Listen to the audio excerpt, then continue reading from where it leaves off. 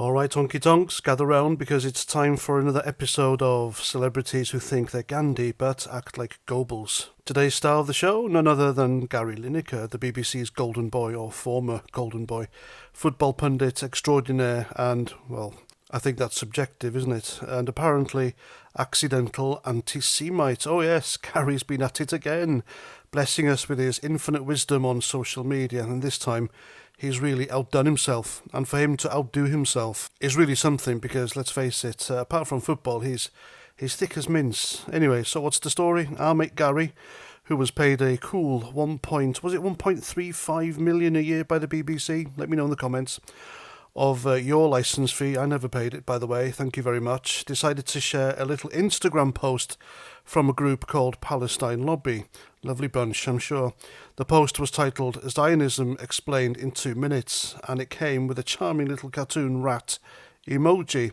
A rat, you know, that symbol famously used by Nazi Germany to dehumanise Jews. Subtle, Gary, really subtle. I mean, why not just go the full 1930s propaganda poster and be done with it? Now, before you start clutching your pearls and saying, oh, Paz, surely Gary didn't mean it, let's hear his excuse, shall we?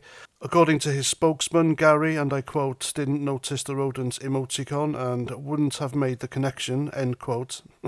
Right, so the man who's got 1.2 million followers on Instagram and more on X, who's been wading into the Israel-Palestine debate for years, who's sharp enough to co-own a podcast empire called Goal Hanger, didn't notice a rat emoji in a post about Zionism? Pull the other one, Gary. And here's the thing, when the backlash hit, and it hits really hard with Jewish groups, MPs, and even the campaign against anti-Semitism calling for his head, Gary issued an apology, an unreserved apology, no less. He said, and I quote, I would never knowingly share anything anti-Semitic. It goes against everything I believe in, end quote. Well, that's nice, Gary, but forgive me if I'm not buying it. You see, this isn't your first rodeo, is it? Last year, he shared a post calling for Israel to be banned from international football.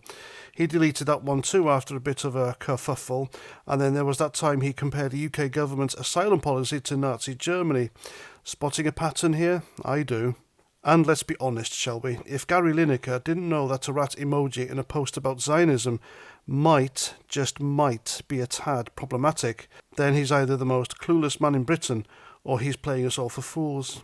And even though Gary is thick as mince, he's not exactly clueless. Nah, this is a man who helped write the BBC's social media guidelines, for crying out loud. He told the Broadcasting Press Guild he knows them inside out, so what's the deal, Gary? You're telling us you're so busy pontificating about Gaza that you forgot what the Nazis did with the rat imagery?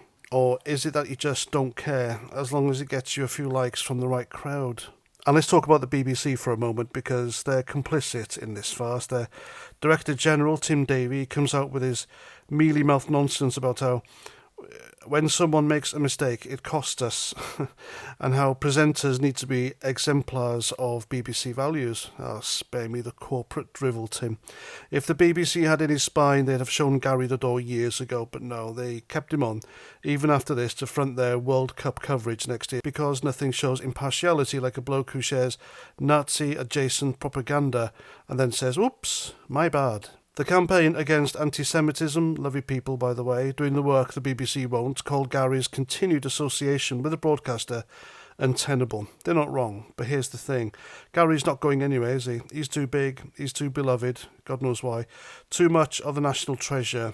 He's the guy who scores goal for England and crisps for Walkers. He's untouchable, and that's the problem. When you're untouchable, you start thinking you can say anything, share anything, and there'll be no consequences. Well, guess what, Gary? Actions have consequences, even for you.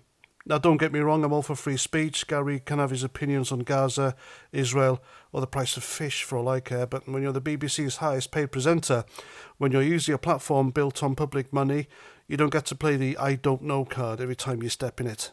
Especially not when that step lands you in the middle of anti-Semitic tropes that have been around since Hitler was in very short lederhosen. So what's the solution? Simple. The BBC needs to grow a pair and sack him. Not suspend him, not tut-tut and rewrite the guidelines again, but sack him. And if they won't, then maybe it's time for the licence fee payers to ask why their money is funding a man who can't tell the difference between activism and anti-Semitism. As for Gary, Maybe he should stick to football or crisps or podcasts, anything but geopolitics, because clearly that's not his strong suit. So there we go. Until next time, folks, keep your eyes peeled for the next celebrity who thinks they're saving the world but ends up sounding like a 1940s Berlin pamphlet. And I'll catch you at the next one. Roger Trout.